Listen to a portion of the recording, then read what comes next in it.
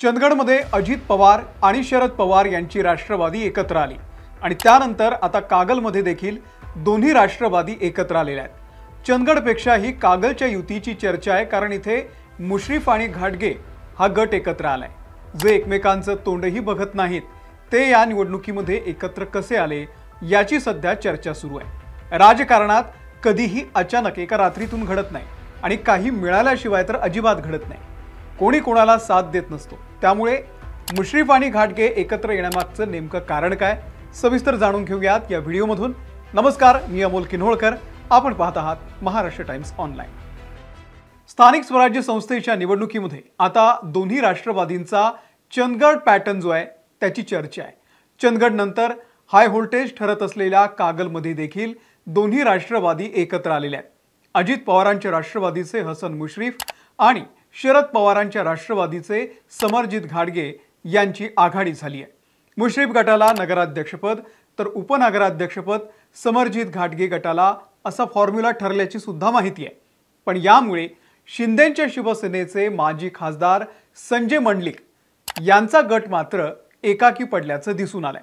त्यामुळे कागलचं राजकारण 360 अंशांमध्ये फिरलेलं आहे।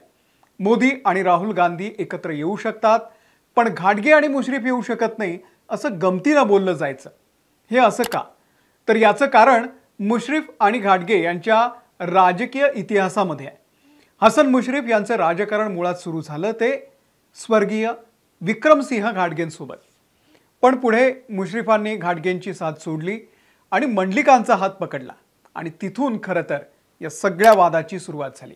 विक्रमसिंह घाटगेंनंतर सूत्र आली ती समरजित घाटगेंकडे आणि त्यानंतर मुश्रीफ घाटगे वाद हा टोकाला गेला।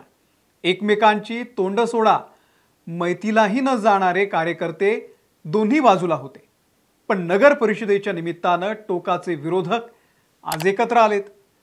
कागल नगर परिषदेसाठी टोटल 4 गट आहेत, लक्षात घ्या। संजय घाटगे, समरजित घाटगे, मंडलिक आणि मुश्रीफ गट।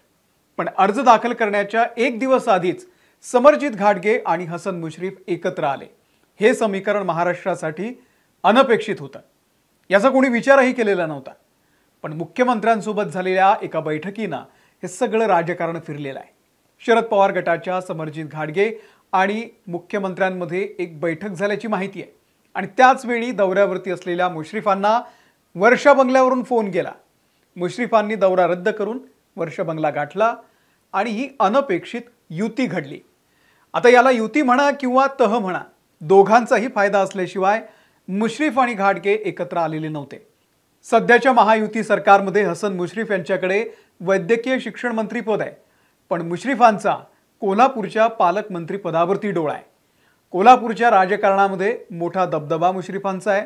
त्यांच्याकडे जिल्हा बँक आहे आणि सगळ्यात महत्त्वाचं म्हणजे त्यांच्याकडे गोकुळ सुद्धा आहे, मोठी ताकद आहे तिथे। पण ते पालकमंत्रीपद त्यांना अजूनही मिळालेलं नाहीये। कोल्हापूरचं पाहिजे, कारण वाशिमचं पालकमंत्रीपद मुश्रीफांकडे होतं, त्यांनी ते सोडलं आणि कोल्हापूरचं मिळवण्यासाठी त्यांनी ते सोडलं अशी ही चर्चा आहे। आणि सध्या कोल्हापूरचं पालकमंत्रीपद जे आहे ते शिवसेनेचे प्रकाश आंबेडकर यांच्याकडे आहे। येत्या काळामध्ये आता गोकुळची सुद्धा निवडणूक लागणार आहे, जिल्हा बँकेची निवडणूक लागणार आहे आणि त्यामुळे हे दोन्ही काबीज करण्यासाठी मुश्रीफ यांनी आपलं एक टार्गेट ठेवलेलं आहे। त्यांचे मंत्री आहेत बंटी पाटील, त्यांची ताकद मर्यादित आहे आणि त्यामुळे मुश्रीफांना एक तगडा राजकीय मित्र हवा होता।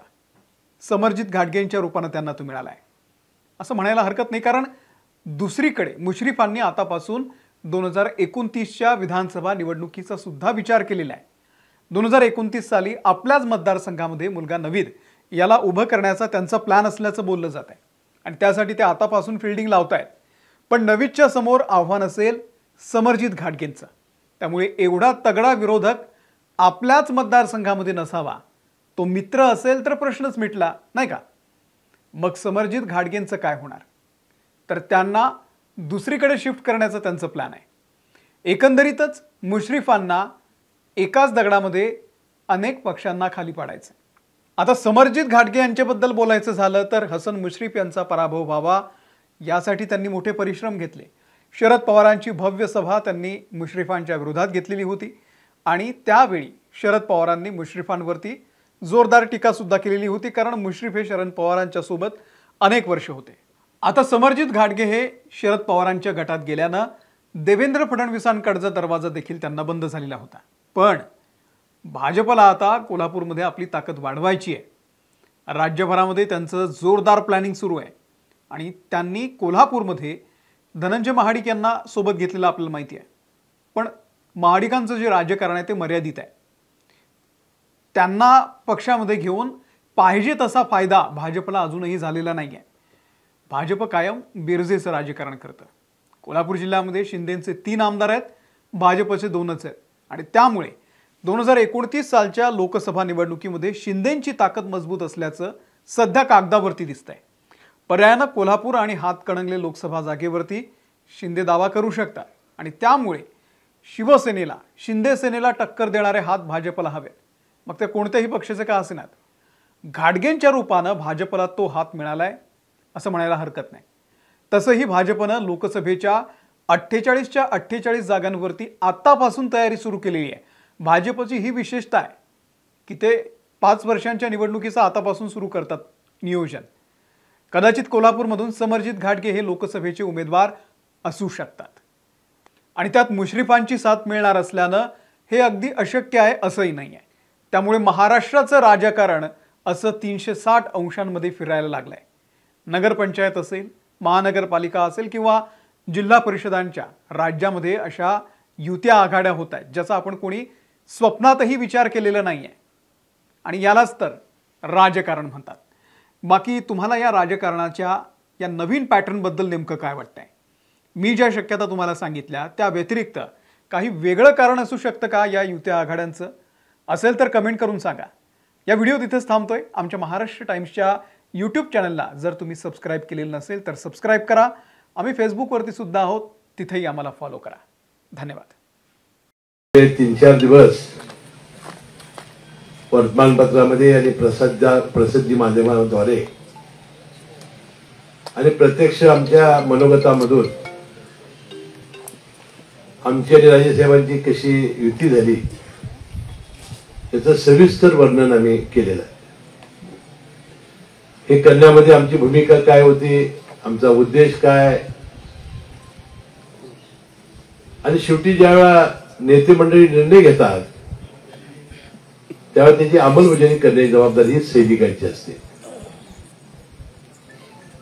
कैलासजी शामराव विवाही पाटील म्हणायचे, आम्हाला तुमच्यापेक्षा जास्त 2-3 आणि कळते म्हणून तुम्ही आम्हाला नेते केले. जर आम्हाला जास्त कळत नसतं तर तुम्ही आम्हाला नेतेच केलं नसतं. आणि ते कधी कधी म्हणायचे की मग तुम्ही आमच्या खुर्चीवर बसा आणि घ्या निर्णय. याचा अर्थ असा की एकदा नेत्याने घेतलेला निर्णय हा मनाला पटवो अगर न पटवो हा मान्य करायचा आणि त्याच्यामध्ये यश मिळवण्यासाठी आपण प्रामाणिकपणाने प्रयत्न करायचे.